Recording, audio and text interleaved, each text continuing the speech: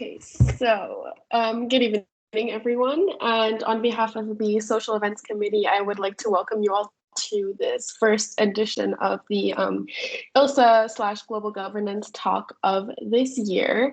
So for those really quickly who aren't familiar with ILSA, we are the International Law Student Association here at the Hague University.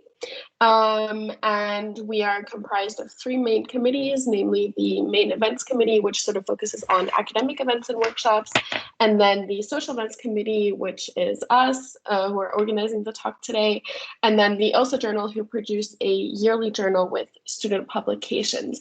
So if anyone is interested in submitting a piece for the 2020-2021 ILSA Journal, we have posts on our Instagram account explaining anything related to that, so submission and deadlines.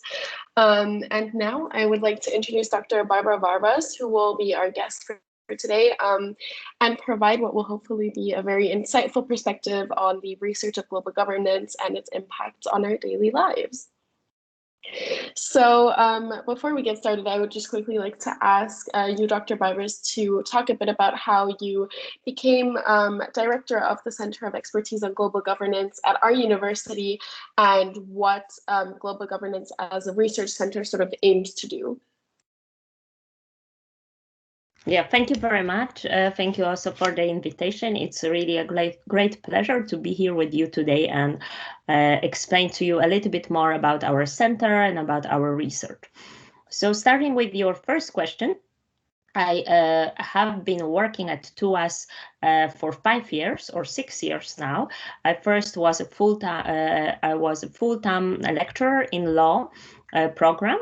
Then I became a lecturer 2 years ago, were a lecturer in multi-level regulation. So I shifted a little bit into research from teaching, but I still remained a part-time lecturer in law.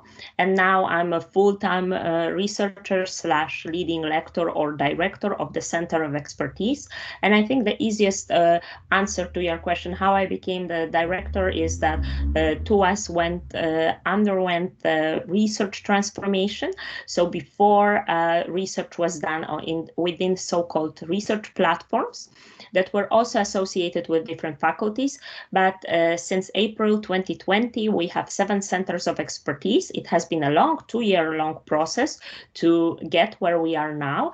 And each Center of Expertise operates within specific faculties, and it also is composed of research groups. So I was already a lecturer, and I just applied for this position to take more of an administrative role and managerial role, also in shaping the strategy and policy of research in global governance. Okay, so what would you say are then the fundamental values that are crucial to your mission at global governance and the research that these expertise encompasses? Yes, so I already realized that I didn't answer your second question, which was what exactly we do. Our Center of Expertise on Global Governance, our mission is foremostly to share knowledge on what global governance is and how it works in practice. So we really want to work, and we do work with future professionals, such as yourself, students, and we explain to them through lectures, research, and other activities what global governance is in practice. Of course, our mission is more complex than that, because we also work with professionals on projects. We want to improve global governance as it is now, and we think that currently global governance is underrepresented, and that there is also a so-called information gap. So not everyone knows what global governance in fact entails, what it is, who works in the field of global governance. We want to change that. This is why we also work with people of global governance. We want to first expand the discussion on who is in fact a practitioner in the field of global governance, and then to develop new solutions for global problems together with people of global governance. So the main value values that I think are important in our mission is participation, inclusion, and collaboration. We think that now global governance is focused too, well, maybe not too much, but the traditional discourse on global governance is about states and global governance institutions.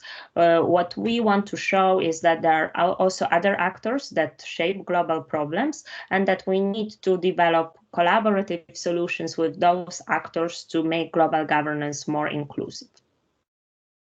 So how would you then say that global governance as an institution approaches these values, and in what way are these methods then related to your various areas of expertise? Yeah, so regarding the first part of the question, I think that these values are not yet well expressed in the current practice and theory of global governance. We think that there is quite a bit for us to do in this field to make global governance really inclusive. We do this through our unique fields of expertise. We have three main research groups in the Center of Expertise. That is UN Chair in Peace and Justice Studies. Then we also have a Changing Role of Europe research group and Multi-Level Regulation research group. So basically we see this three unique fields. So peace and justice, public administration, and European politics, especially on lobbying, and multi-level regulation and alternative dispute resolution as very well-positioned fields through which we can tackle global problems through different perspectives and actually work towards inclusion and better participation. Okay, so could you maybe describe sort of the day-to-day practices of various professionals within the Global Governance Network and sort of how these impact the daily lives of these professionals and citizens and youth?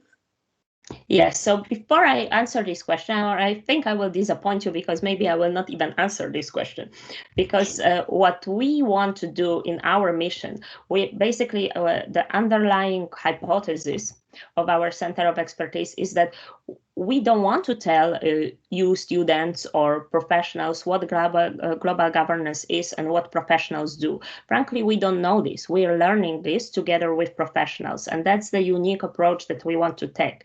We really want to learn from practitioners, also future practitioners, including students, what global governance is and how it should look like. So I cannot answer this question to the extent that I can also identify the fields that we want to focus on.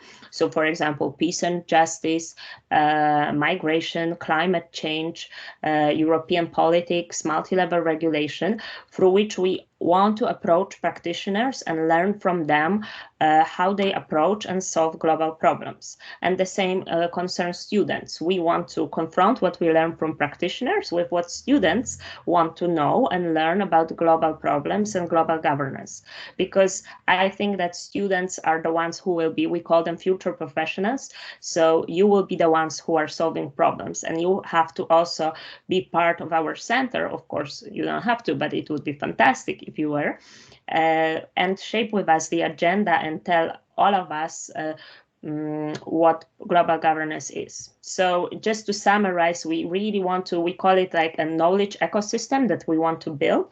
So we really want to learn from different practitioners within the cycle, so-called professional cycle, what global problems entail and how to address them together, and how to find collaborative, innovative and interdisciplinary solutions. I think today world is such a specific place that we can no longer say that politicians only deal with global governance or employees in municipality. I think we have to have a very broad approach and open mind to understand who the practitioners are and what they do.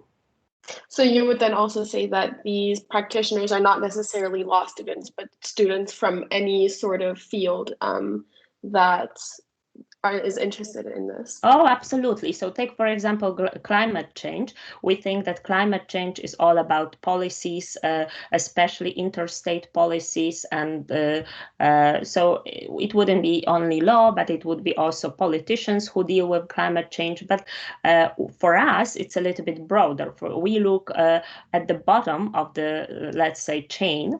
And for us, we want to approach companies that deal with waste management, or people who are working in garbage trucks, to ask them how they approach global governance and climate change, because they are dealing with the problems in their daily basis, but we always forget to reach out to them, and we develop policies for them. So the spectrum is really broad. It doesn't only focus on law, it focuses on many different professions, and especially these local and bottom-up practices are also crucial, because so far global governance is about top-down approaches, but I think we have to look earlier within the pyramid.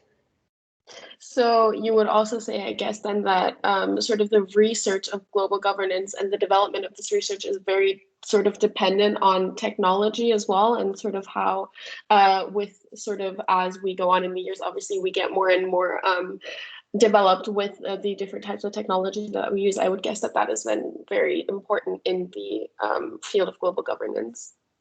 Absolutely. And we are also interested, I think technology affects every field today. It affects how we do research. So methodologically, it also affects us. And we do have more innovative research methods in the center, for example, citizen science, which is the type of research that you do through citizen science platforms. And they involve a lot of new technologies to collect data, to analyze data. But then, of course, the new solutions for global governance really imply technological developments and advancement.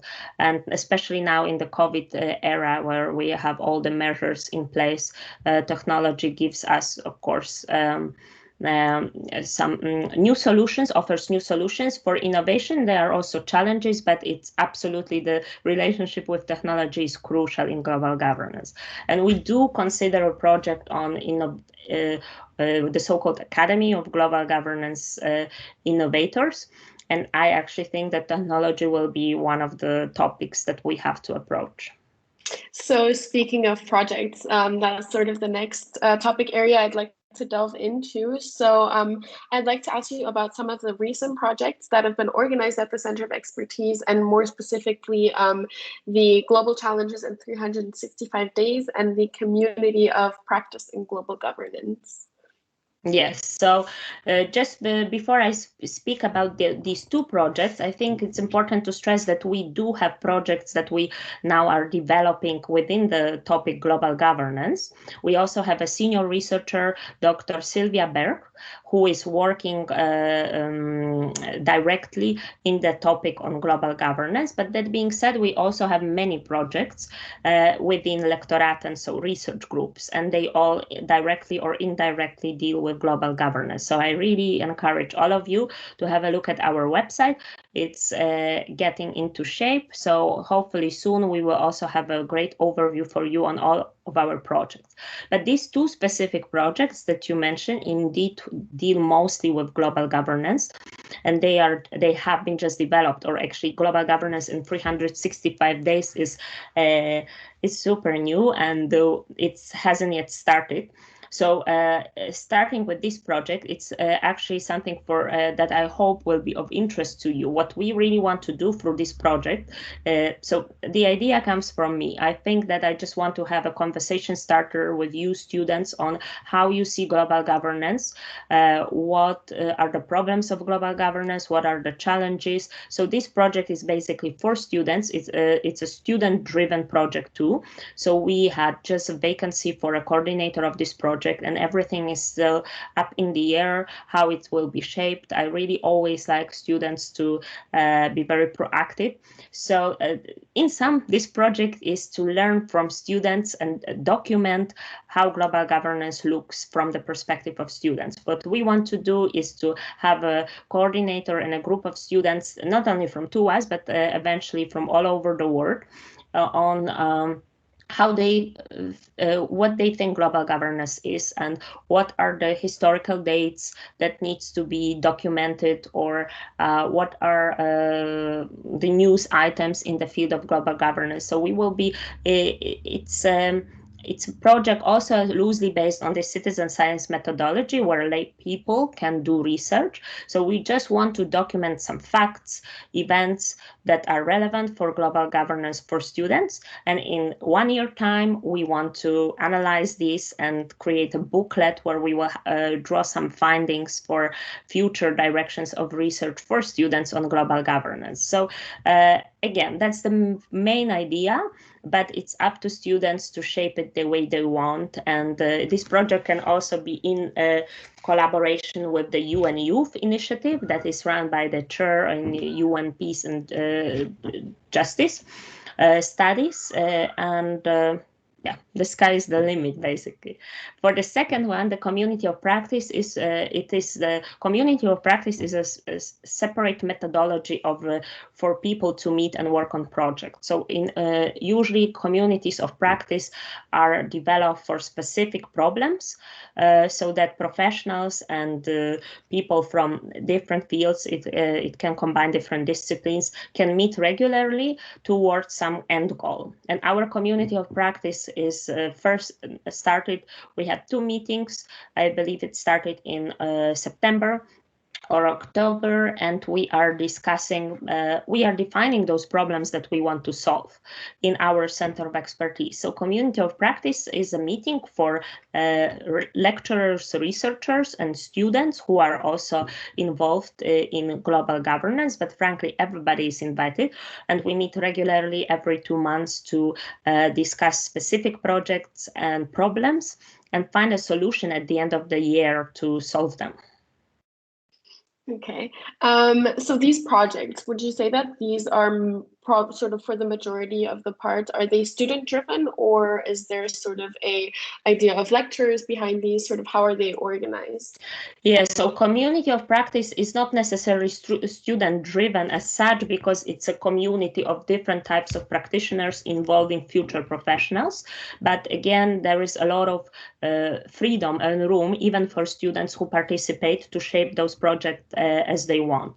The student project on global governance in 365 days is entirely student driven. So as I said before, we really want to know from students in most of our projects what to do research about, what the problems are. And of course, we do have also projects, traditional projects, where we have questions already defined, research questions. So we are just looking for assistance from students to help us conduct this research.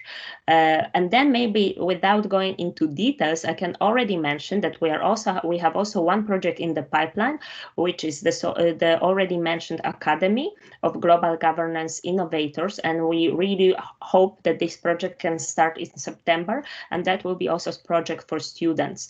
We really want to combine a group of students and practitioners who together will be solving global challenges in the fields of expertise that the center covers. So it will be probably climate change, migration, peace and justice, multi-level regulation, and European politics. So we really hope to have this forum, a platform for students to get questions from practitioners and then have students work on those questions among themselves, and not only law students. We really hope this academy to be interdisciplinary so that we can approach global challenges from many different perspectives. So you mentioned earlier while we were talking about the global challenges in 365 days that you were looking to work with other groups such as the UN Youth Group. Is that often something that global governance as a research center does, is collaborate with other organizations to achieve this common goal? Yes, so I have to already make a disclaimer that I hope that UN Youth doesn't divorce us because maybe they are surprised that I'm mentioning them in the context of this project. So we are really, as I said, open for collaboration with everybody, and that's part of our research methodology. We really want to learn through collaborative practices, communities of practice, and empirical or qualitative research, so surveys, interviews, etc. And for that, we really need collaboration. I think I would answer that that's the goal that all centers of expertise are striving towards, because our research always need to have this societal impact, and for that we have to have connections and contacts with practitioners and of course students and study programs. So we see ourselves, centers of expertise, as being a proxy between TUAS and study programs, including law, and the outside world and the professional practice and the society. So UN Youth is part of that too, and it also gives some linkages with the Leiden University, which is also what we do within the center, because one of our lectors is working in Leiden University and at TUAS. So you mentioned previously that you were also a lecturer at US before. So in your opinion, how important do you think it is for students to sort of reach beyond their academic capabilities within their study areas? And how do you think that this and their participation in research centers such as global governance, how do you think this shapes their views as they graduate from US?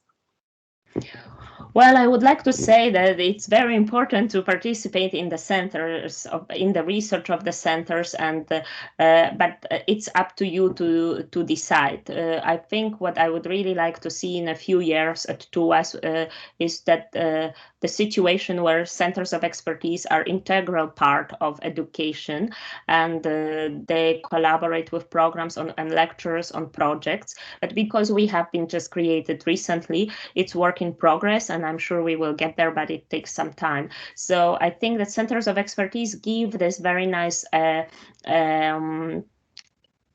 opportunity to zoom out from your field of expertise. And if you are a lawyer, or if you want to be a lawyer, if you think from the perspective of international law, and even if you look into peace and justice from the perspective of law, if you reach out to us, you will get this opportunity to get a different perspective. And interdisciplinary work always gives you this extra perspective on things that help you help you first of all develop into new direction and maybe understand better what you would like to do. It can also offer some training in research skills, hopefully transferable skills. I think that's something where students could still improve. It should give you opportunity to expand your network and connect more with the professional field, and I think that that's really a great opportunity. So I really invite all of you to, if you are interested, or if you even do not know exactly what we do, to just give it a shot and maybe participate in one of our meetings of the community of practice. We are also, you will probably have questions about it, so I don't want to speak about all these initiatives that we're planning now, but I think it's really important for everybody to just give it a try and see what they can, how they can collaborate with the center, or how the center can help you. It's really, we are there for students, not the other way around, and we really want to learn from you what the global challenges in your fields are and how to solve them, because you will be working in the very near future and probably soon telling us about global governance. Yeah, so talking about sort of this status of being a student, these projects are targeting students to sort of raise awareness about the issues that center around the topic of global governance. How would you say how would you say students in general can be made to feel seen and heard in a society where often our voices are sort of shunned on the basis of the fact that we're very inexperienced and that we have a very academic view on things, but we still sort of would like to try new things and work for different organizations? How would you sort of, I guess, describe what would you say to students in that sense? Yeah, so it's a tough question because it goes to many different topics, coming from individual skills and characteristics of students to more general bias, systemic bias. But I do really think that we have witnessed some generational change, and now more and more professionals really seek for innovative solutions, and they really know that these solutions come from future professionals. They really know that inexperience is more of an asset rather than it's the ability to learn, and inexperience can be really seen as a positive skill or characteristic. So I would say that yes, there will be still fields and professionals and companies and potential workplace where of course you have to have experience to get an internship, or even sometimes you have to have an internship before you get an internship. Anyway, so I understand it's tough, but I would just say don't give up and be proactive, and try to make your voice heard. Look around, from Greta dealing with climate change to other fields. It's never too small. Nobody is ever too small to make a difference. And I think it's very important to just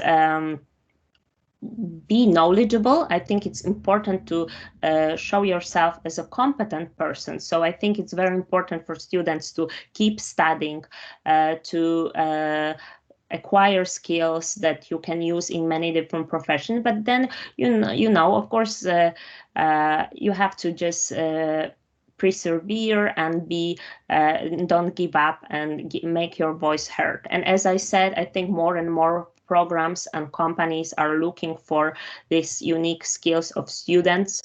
And so I hope there will be more and more opportunities. And with our center, we want to exactly change that. We want to show that we have to learn from students, because students are the future. I know it's a slogan, but that's exactly how it is. So going back to talking a little bit about some of the research that you've done at Global Governance and sort of the issues that surround these topics, what would you say has been one of the most interesting issues you've come across while during your time at Global Governance? Well, I think for me, interesting is what is challenging, and exactly the challenge is lack of collaboration of in global governance.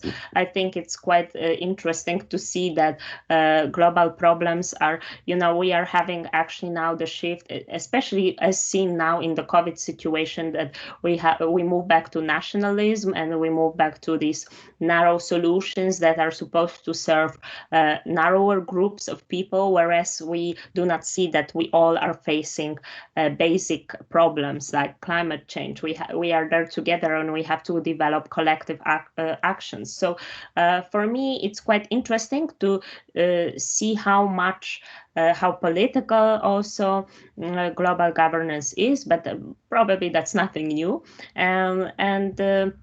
For me, the most interesting part is that we really want to change this, and that we really want to work with students in that field. Students, young professionals, and professionals who are not necessarily, who are new or underrepresented. And I think that's what it's the most interesting for me to see that we can make some impact through that. So you mentioned COVID-19. So how would you say COVID-19 has impacted global governance as a field of expertise and research institution?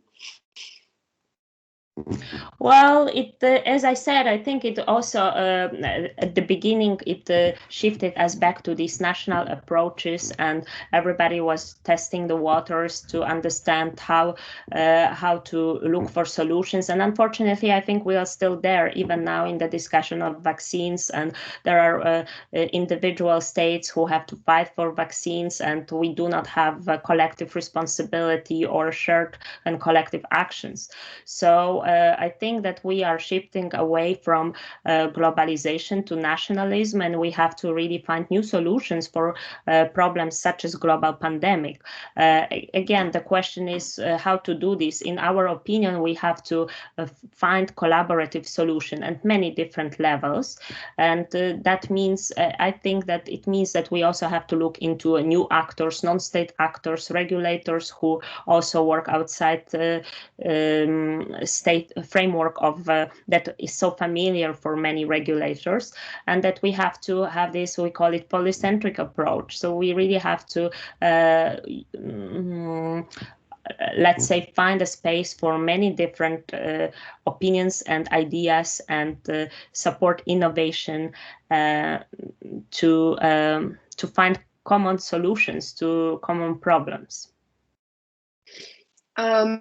So my next question would be, you talked before at the very beginning about sort of this information gap. And I wanted to ask if you could maybe provide us with a couple of examples of, for example, underrepresented groups within the field of global governance, and sort of how we could make their voices heard at all different types of levels of governance. Yes, so I think I will go. So we have our slogan in the global governance, our motto is new actors, new solutions. And so new actors is something that is part of our research program and mission.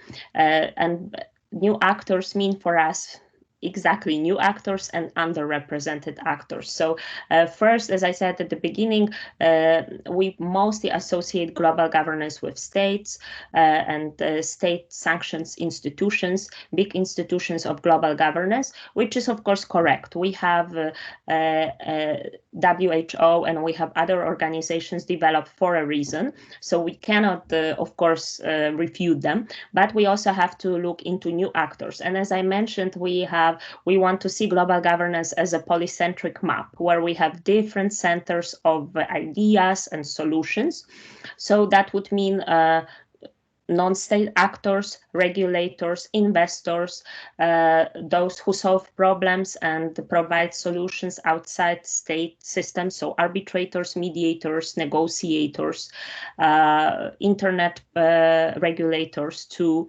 That would be how we understand new actors. And then, of course, we also have a group of underrepresented actors, and through which we see minorities and, of course, women as underrepresented actors, and also representatives of the so-called global south in the UN or in any institutions. So we are basically striving for more diversity, gender diversity, geographical diversity, and finally, underrepresented actors for us mean also those who have been working in the field of global governance for many years or decades, but they haven't been given the actual voice. So by them, I actually mean those people who work in the bottom-up practices of global governance, so-called street-level professionals, of community workers, municipally workers of the municipalities, employees, and so on and so forth. So underrepresented actors can also mean new actors, and new actors can mean underrepresented actors. But in fact, for us, it's mostly women and minority groups, but also those who haven't been let's say, recognized so far in the discussions on global governance. So you would say then that these underrepresented actors are a direct consequence, I guess, of sort of the levels of discrimination that we have within society, or where do these come from? Yeah, I would say that, well, it's hard for me to say. It also depends on the actor itself and on the projects. I would say that it's the natural consequence of lack of inclusion in global governance, and the discourse on minorities that we see everywhere. So basically, of course, it follows the political discourse too, but it, of course, can be specific to global governance. So it can also mean those actors who have been just in the shadow so far and just didn't have opportunity to shine. You mentioned inclusion previously, which is one of the, I guess, main fields or approaches within global governance. So how would you say that this sort of inclusion is promoted within the different levels of global governance? I think that it's work in progress. I think it's also field specific. What we are trying to do, I think the first step is to discuss and disseminate knowledge to try to close this information gap too on who does work and how global governance work in practice. And then, of course, trying to make global governance more inclusive as a professional field. So in the practice, well, just to be a little bit more specific, in our research and in our project, we always want to have diverse voices in the research represented. So we always also want, it's very hard to say because I don't want to also sound patronizing. It's hard also to, say these groups are underrepresented and we are giving them the voice. It's not what exactly we would like to do. I think we just have to be also a bit more humble towards people who work around us and just learn from them. And that's what we want to do. We want to constantly update our program to see if we are actually not missing anyone, if how we can be even more inclusive, because the current discourse on inclusion also can be a little bit more patronizing. And we often speak about giving voice to minorities. And I don't think that we are in the position to give voice to anybody. Everybody already has their voice. We just have to make this voice heard a little bit, and we have some tools through which we can make this happen. So I would say it's also a tough question, but we do this in our Center of Expertise through constant revision of our program, and we really also want to be relevant, and we want to be inclusive, and we want to update this on a regular basis. Yeah, so you've mentioned already sort of this constant need for development within the Center of Expertise. Are there any events that you're going to be organizing in the future to spread awareness about your sort of field of work, and how are you planning to involve students in these projects and events? Yes, so of course now the current situation doesn't allow us to be as let's say, to have as many events as possible. Most of our events are online, of course, so we still do them. And many of our events are embedded in research groups. So have a look at our website and see, and also social media channels. We are, of course, advertising them. So we have a number of events in specific fields. We have them in CREU. I can already let you know that the Changing Role of Europe already is planning a very big event. So please have a look within the next month, I believe, where it will also be on the European developments and COVID-19 pandemic. We also have a we have inaugural lecture of UN Chair in Peace and Justice coming up in April. We also have an event of the Center of Expertise on UN's Women's Day. On Women's Day, which will be around 8th of March. So we have quite a few events lined up. That being said, we are also open for ideas from students, and we really want to reach out to as many students as possible. So if anybody has an idea for a student event, we would be more than happy to do this. During our work on the academy, we also are now considering annual events for the Center of Expertise, which will be geared towards students. So there are many ideas up in the air now. And again, if you would like to be part of this brainstorming process, feel free to let us know, and we will be very happy to be part of that together with you. And this actually already brings me to my last question, which is actually sort of goes back to what we talked a little bit about before, in terms of how accessible would you say is global governance for students in terms of the resources that are available for them to learn more about the different fields, more specifically of global governance? Yeah, so I think that there is because of this information gap, and participation gap, global governance may not necessarily be the most accessible field to students at the moment. But again, I think that's why our center exists, and it's also, I think, a great opportunity for students to look for resources or to shape the discourse on global governance through student-driven projects or through activities. So that's also what we're trying to do through our project on global governance in 365 days and so on and so forth. So I would say there is a lot to improve and work on, and that of course, on one hand makes me sad because I would like students to have all the resources as possible, but on the other hand, it's a good thing for us in a sense that we can work towards this, and we can try to develop materials and projects for students to engage them a little bit more.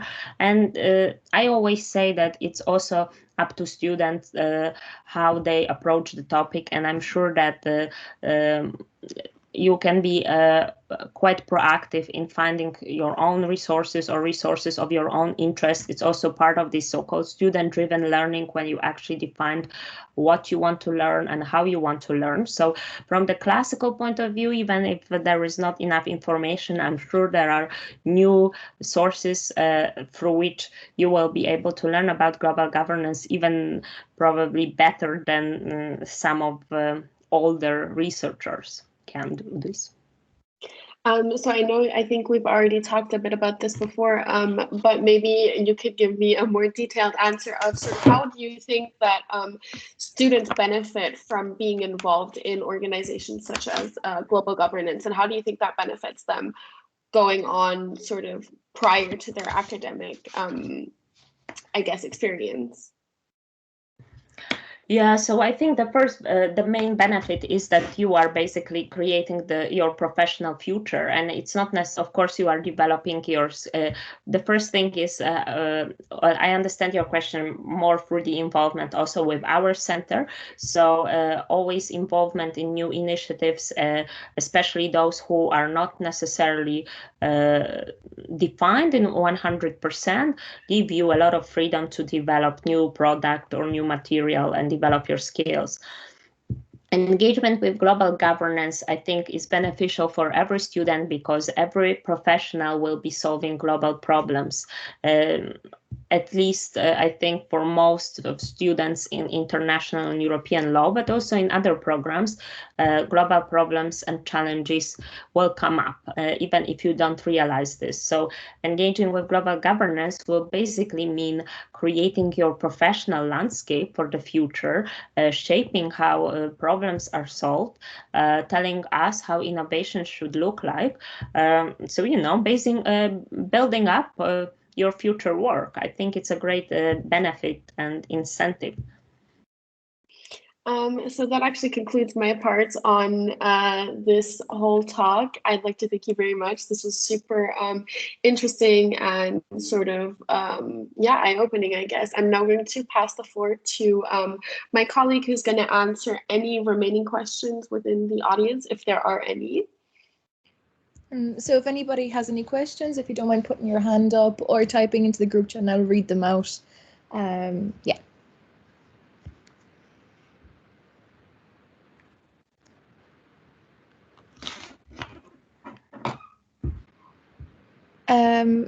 So I assume that's that, unless anybody